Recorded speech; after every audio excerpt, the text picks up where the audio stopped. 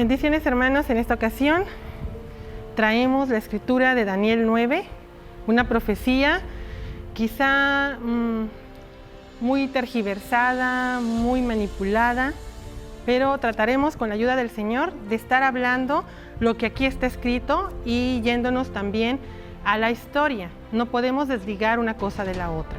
Ambas van juntas porque la historia simplemente es testigo fiel de los acontecimientos que fueron proclamados por Dios a través de sus siervos los profetas, anunciando que vendría un libertador, uno solo, Yeshua, Jesús el Cristo.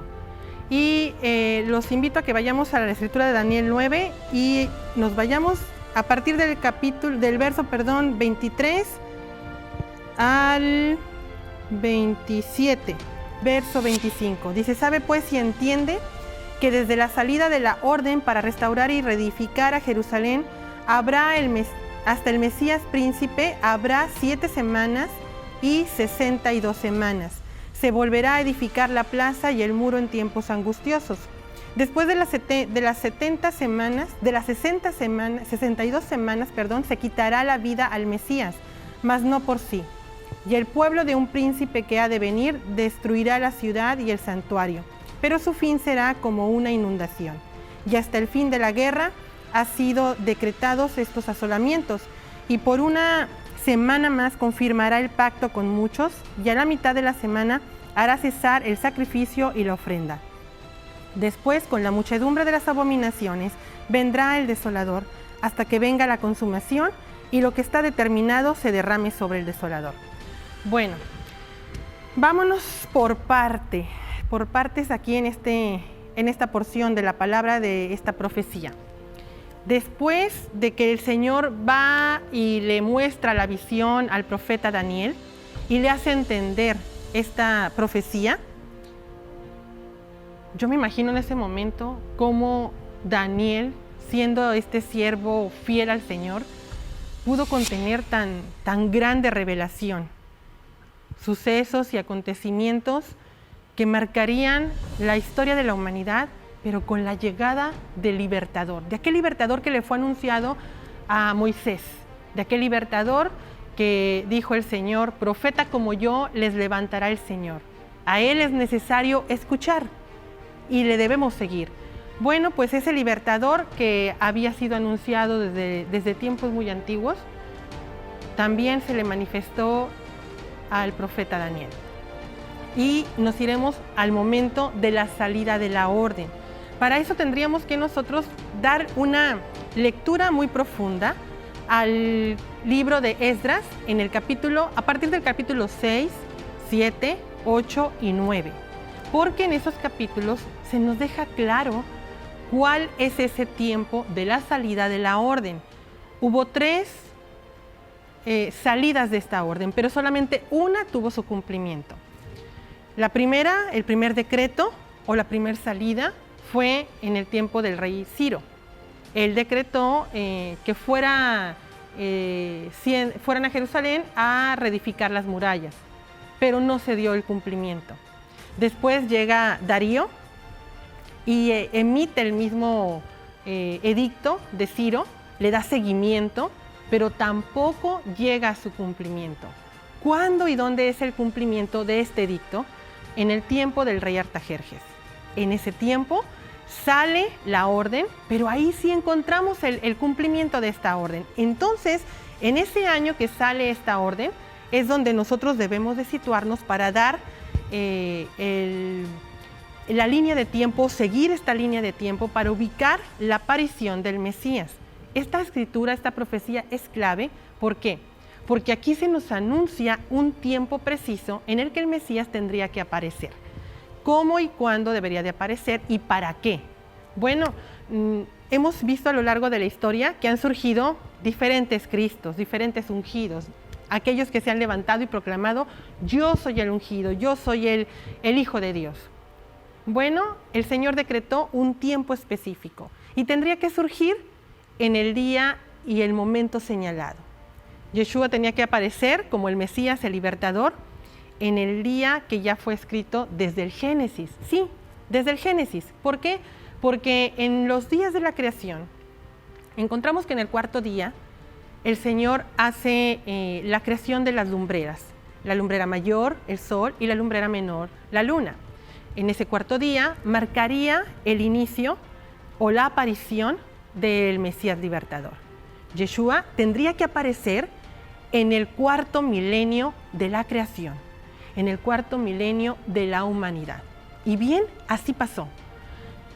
En el tiempo de Daniel se le decretó o se le mostró esta importante revelación de la Escritura, para que él fuera el portavoz de tan grande legado.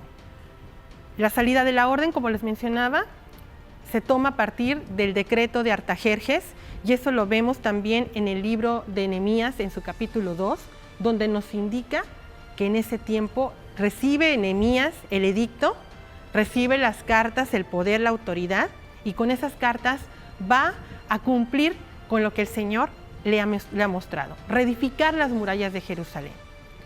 Pero no fue fácil esa misión, porque encontró muchas trabas, encontró muchos problemas, disturbios y personas que se ponían en contra de que él llevara a cabo esa misión. Por eso nos vamos a la Escritura, donde dice que sabe pues y entiende que desde la salida de la orden para restaurar y reedificar a Jerusalén hasta el Mesías príncipe habrá 7 semanas y 62 semanas. Pero la palabra semanas que aparece en tu traducción y en mi traducción, si nos vamos con esta palabra, pues no vamos a comprender el tiempo exacto que menciona la profecía. Por eso es importante que vayamos al hebreo y comprenda la Escritura bajo el contexto hebreo. La palabra que aparece aquí no es Shavuot. Shavuot significa semanas, pero aquí la palabra que aparece es Shavuim. Shavuim nos habla de 7 tiempos o de 7 en 7. ¿Qué es esto? Que nos está hablando de tiempos precisos de Shemitah.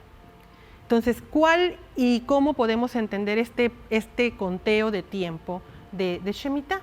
Está hablando de 7 7s. ¿Sí? 7 7s es la traducción correcta que debería de aparecer en cada una de nuestras Biblias para poder comprender estos tiempos que menciona la Escritura. Entonces, si nos menciona en el verso que tendrían que ser 7 semanas y 62 semanas, nos habla de que las 7 semanas serían 49 años. 7 por 7 igual a 49. 7 7 o 7 veces 7. 49 años sería el primer bloque separado como menciona el verso, y después la siguiente parte del verso que menciona 62 semanas. Esto es 434 años. Entonces quedó dividido en esta porción, 49 años, que son 7 semanas, y 62 semanas, que son 434 años. Si sumamos 49 años más 434, nos dan 483 años, que son las 69 semanas que menciona el verso. Entonces, 483 años que empezarían a contarse a partir de la salida de la orden. ¿Cuándo salió la orden? Si nos vamos a la historia para ver que cuando se toma el edicto de Artajerjes, es en el año 465 antes del Mesías.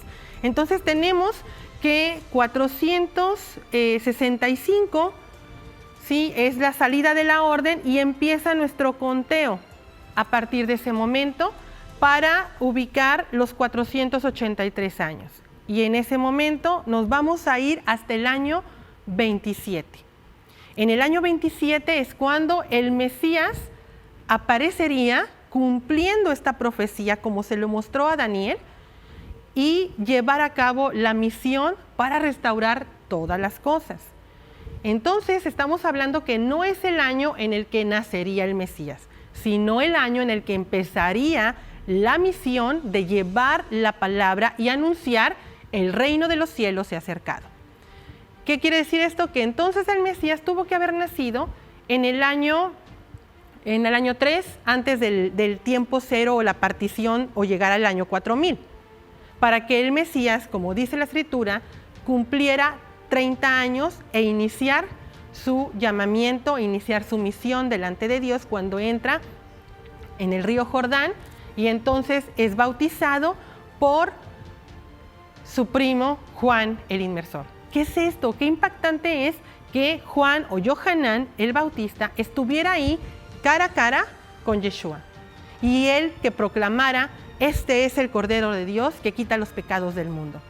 Qué interesante es ver esto, hermanos, porque ahí estamos viendo el cruce o el enlace o el pase de estafeta. ¿Por qué? Porque Yohanan era el sacerdote, venía de la tribu de Leví y fungía como el sacerdote que llevaba, ostentaba la misión de proclamar las buenas nuevas o el anuncio de la llegada del Mesías. Era el portavoz, era aquel que tenía que entregarle estafeta a uno en importancia, a uno solo. ¿Quién era este? Yeshua, Jesús el Cristo. Pero, ¿por qué entonces a Yeshua o a Jesús el Cristo se le conoce o se le menciona como el sacerdote o sumo sacerdote de la orden de Melquisedec? ¿De qué se trata esto? ¿Por qué estamos viendo ahí dos sacerdocios? El sacerdocio levítico y el sacerdocio de Melquisedec juntos en un mismo punto. ¿Y qué importancia tiene esto de que Yohanan o Juan Bautista le entregue la estafeta para que él siga el camino y cumpla la misión que tendría que cumplir Yeshua? Bueno, en el momento en que entra el Jordán, recibe el cambio de estafeta, es sumergido en las aguas, como marca la Escritura, desciende una paloma y vemos que la paloma solamente es un símbolo, no solamente de la autoridad y del poder que viene de lo alto para mostrar: este es el Cordero, este es el Hijo de Dios que viene a cumplir la misión para restaurar todas las cosas, para ser cercanos a los que en otro tiempo eran lejanos. No solamente se trataba de eso, sino que también está escrito en el libro del Levítico que había un sacrificio o una ofrenda de paz, donde se presentaban unos palominos para hacer esta expiación o esta ofrenda. Y curiosamente lo que menciona la Escritura es que desciende una paloma, la ofrenda de paz. Yeshua era la ofrenda de paz, hermano. La ofrenda de paz que vendría a reconciliar a la humanidad con su sacrificio delante del Padre. Tú y yo no podíamos acercarnos a Él si la ofrenda de paz no estaba vigente. Pues el Mesías se presentó a sí mismo como esa ofrenda, no solamente como el cordero del sacrificio que tendría que ser derramada su sangre para traer la vida a toda la humanidad, sino también como la ofrenda de paz que nos reconciliaría con el Padre para estar dentro de su reino, para ser contemplados dentro de su casa. Bueno, entonces llega el momento en el que llegamos al año 27, donde menciona la Escritura que Yeshua tendría que aparecer para cumplir con esta misión tan importante, de llevar las buenas nuevas, la Besorá, el Evangelio, donde tendría que ser proclamado a todas las naciones y poder contemplar la grandeza de Dios. Pero también encontramos algo muy impactante, dice: se volverá a edificar la plaza y el muro en tiempos angustiosos. Esta parte del verso que menciona Daniel la encontramos descrita más amplia en el libro de Nehemías, en el capítulo 2, en el capítulo 3 y hasta el capítulo 4 todavía, donde ahí vemos cómo Nehemías tuvo mucho problema para poder cumplir con esta misión, acompañado de Esdras el sacerdote y Nehemías, que fungía como gobernador y copero del rey. Llevaban esta misión de levantar las murallas, de empezar a cumplir y decirle a la gente que tenía que trabajar para reedificar los muros. ¿Y qué es esto? Sino otra cosa más que la restauración de la Torá, de la instrucción de Dios en nuestras vidas, para que tú y yo conociéramos que solamente por la palabra podemos ser edificados, solamente por la palabra podemos ser instruidos para conocer a nuestro Creador. Bueno, en ese momento, como lo menciona la Escritura de Daniel 9, en el verso 25, se cumple en tiempos de Nehemías lo descrito en Daniel 9. Entonces tomamos en cuenta la salida de la orden con el rey Artajerjes en el año 465 y llegamos así a su cumplimiento en el año 27. Pero ¿qué creen? Aquí hay algo muy impactante. Menciona la Escritura en el verso 26. Después de las 62 semanas se quitará la vida al Mesías, mas no por sí. Y el pueblo de un príncipe que ha de venir destruirá la ciudad y el santuario, pero su fin será como una inundación. Y hasta el fin de la guerra han sido decretados asolamientos. Hace una pausa el Señor. En el verso 26 empieza a hablar del cumplimiento del Mesías y de lo que tendría que hacer. Hace una pausa ahí para hablar también del momento en el que tendría que aparecer el desolador, aquel que cumpliría la destrucción del templo. ¿Cómo y de qué manera? La historia nos lo confirma fehacientemente. ¿Por qué? Porque el Mesías, dice la Escritura, que tendría que ser quitada su vida a la mitad de la semana. Queda una semana pendiente. Recordemos que estábamos mencionando 7 semanas más 62 semanas. Si las sumamos, dan 69 semanas, quedaría una semana. Entonces, dice que la última semana se le quitaría la vida al Mesías. Dice, pero más no por sí, ¿sí? Entonces, en ese momento hay algo bien importante que nos deja claro la historia. 2 cumplimientos ahí muy importantes. ¿Cuáles son estos? Yeshua tendría que cumplir que a la mitad de la semana profética de esta escritura sería quitada su vida. Esto pasó cuando faltaba una semana, mencionábamos ahorita, del año 27, si contamos 7 años, llegamos al año 34. Justo en el año 34 hay un acontecimiento que ahorita vamos a tocar también, para que ustedes también lo estudien, lo analicen y empiecen a ver que los tiempos ya se han acercado. En el año 31, hermanos, del 27 al 34 son la última semana, pero en el año 31 es cuando le es quitada la vida al Mesías, justo a la mitad de la última semana profética que menciona la Escritura. En el año 31 es cuando Yeshua muere, se entrega en sacrificio, y entonces es recibido como ofrenda grata, como primicia al Padre. ¿Pero qué creen? En el año 34 hubo un acontecimiento también muy importante. La muerte de Esteban, descrita en el capítulo 7 del libro de los Hechos. Justo en el año 34 muere Esteban y la historia nos lo confirma por diferentes historiadores que mencionan estos sucesos. Muere, pero también en ese mismo año recibe su llamamiento Saulo de Tarso. Es impactante, ¿no?, que la historia nos confirme como testigo fiel de todas estas cosas que el Señor anunció en su palabra, para que tú y yo las supiéramos y pudiéramos poner mucho cuidado en todas y cada uno de estos detalles que nos indican que el Mesías tendría que venir en una fecha específica. Aquel que se levante y diga, pues yo soy el Mesías, ya no hay manera de que lo pueda confirmar. ¿Saben por qué? Porque también hay otro pequeño dato que tenemos que considerar. El Mesías tenía que venir antes de la destrucción del segundo templo. ¿Por qué? Porque en el año 70 fue destruido el templo y con él todos sus registros que tenían de las genealogías de las diferentes tribus de Israel, incluyendo de la tribu de Judá, de donde tenía que venir el Mesías, de la casa de David. Entonces, una vez que se destruye el templo, en el año 70, como lo menciona también la Escritura, en el capítulo 9 de Daniel, se perdieron todos los registros.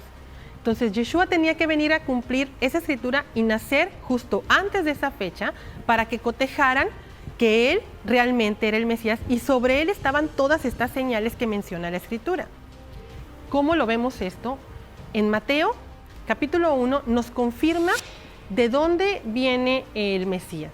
Por conducto, por ejemplo, de su padre legal, si lo podemos decir así, José, descendiente de la casa de David, de la tribu de Judá, viene la genealogía por ese conducto para ubicar a Yeshua como descendiente o linaje de esa casa. Pero también en Lucas encontramos por parte de la mamá el rastreo de dónde viene Yeshua. Y viene de la casa de David. Entonces, una vez que ya él es confirmado como el que tenía todas estas señales sobre sí, nosotros podemos ver la grandeza de Dios, de cómo su palabra es fiel y se cumple en el momento preciso. Hemos desvirtuado esta escritura, esta profecía, y hemos malinterpretado tanto los hechos que no podemos sacarla de contexto y sacar una teoría, sino la misma historia nos confirma todos estos sucesos. Hoy el propósito es de que tú y yo vayamos a la palabra y cumplamos como lo hizo con los de Berea, que escuchemos el mensaje, pongamos atención al mensaje, pero no nos conformemos con eso. Vayamos a la escritura para ver si ese mensaje que estamos escuchando realmente está dicho como está escrito. Pero si tú no tienes el hábito de estudiar y de ir a la palabra, es muy fácil que puedas caer en el engaño. Hoy es el momento para que tú atesores esta riqueza que el Señor nos da en esta profecía y podamos contemplar su maravilla y ver que el Mesías fue anunciado y apareció justo como marca la Escritura. Pero también recordemos que está escrito en Eclesiastés que lo que fue, será, y lo que es, ya fue hecho. Entonces, ¿qué va a pasar con esta Escritura? Aún el pueblo de Judá no percibe o no vio el pasar de Yeshua, porque también eso está escrito, tenía que ser cegado. Pero ¿cuándo es cuando lo va a ver? En el tiempo final, que ya está muy próximo. Pero para nosotros, hoy es el comprender a profundidad esta escritura, para comprender realmente que los tiempos de Dios son perfectos y que lo que Él habla se cumple en el momento justo que lo menciona. Hoy nosotros tenemos esta escritura en la cual la historia nos confirma, con días, con fechas, con sucesos de esta escritura. Vemos la destrucción que menciona aquí la escritura, la destrucción del segundo templo por conducto de Tito. Bueno, quedó plasmado en el arco que se llama de Tito, el saqueo que tuvo que hacer y la destrucción con fuego de ese templo, que también fue anunciada por el Señor a su siervo el profeta Daniel. Entonces, hermanos, como podemos ver, yo me quedo maravillada de la precisión, de la lealtad y de la fidelidad que Dios tiene para consigo mismo al cumplir su palabra. ¿Qué nos falta a nosotros? Creer que realmente lo que Él habló se cumple. Y para eso está la historia, como un testigo fiel de cada uno de los eventos que están profetizados en ella, se han cumplido paso a paso. ¿Qué nos toca a nosotros hoy? Poner atención, hermanos, poner atención y voltear a ver a aquel que dio su vida por ti y por mí, aquel que fue anunciado al siervo, al profeta Daniel, y le fue manifestado este grande acontecimiento. Yeshua venir a cumplir en dos fases una misma escritura. ¿Cómo? Él murió siendo el sacrificio perfecto en la mitad de la semana literal. Porque Él no murió un viernes, hermano. Él murió en la mitad de la semana. Y el conteo de la semana inicia de sábado para domingo como primer día. Como menciona la Escritura en Génesis, de tarde en tarde es un día para el Señor. Entonces estamos viendo que a partir del miércoles viene siendo la mitad de la semana. Bueno, en ese año, del año 27, el día 14 de Aviv cayó en miércoles, en mitad de semana, cumpliendo en esa parte el proceso, el sacrificio del Mesías.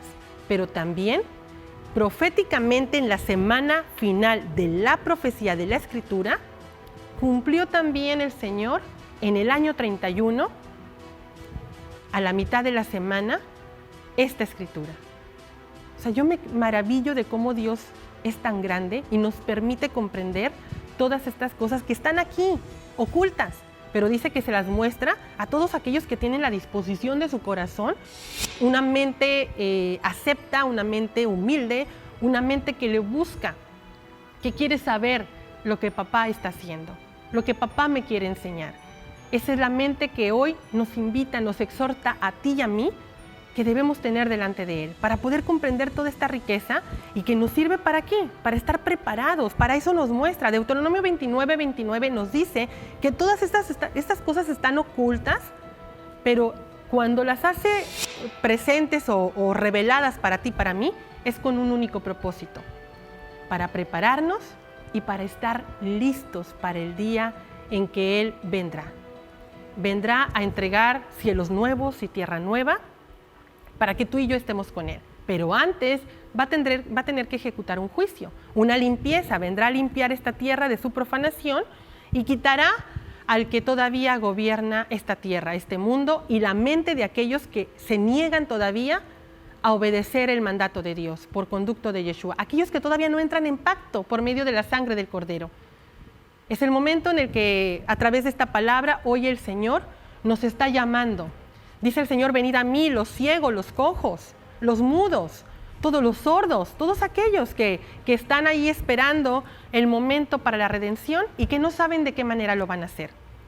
Es el momento de que el Señor te está invitando a su cena, a esta cena en la cual todavía puedes entrar por medio de la gracia, por medio de la capacitación que te da a través del Espíritu Santo. La sangre del Cordero ha sido derramada y está sobre ti. Es el momento en el que el Señor te llama para estar a cuentas con Él y recibas la bendición más grande de estar en su presencia por toda la eternidad. Que el Señor te bendiga y tengas paz y te prepares para los acontecimientos que están todavía por venir, para dar cumplimiento a las últimas profecías de la última generación. Que Yahweh te bendiga.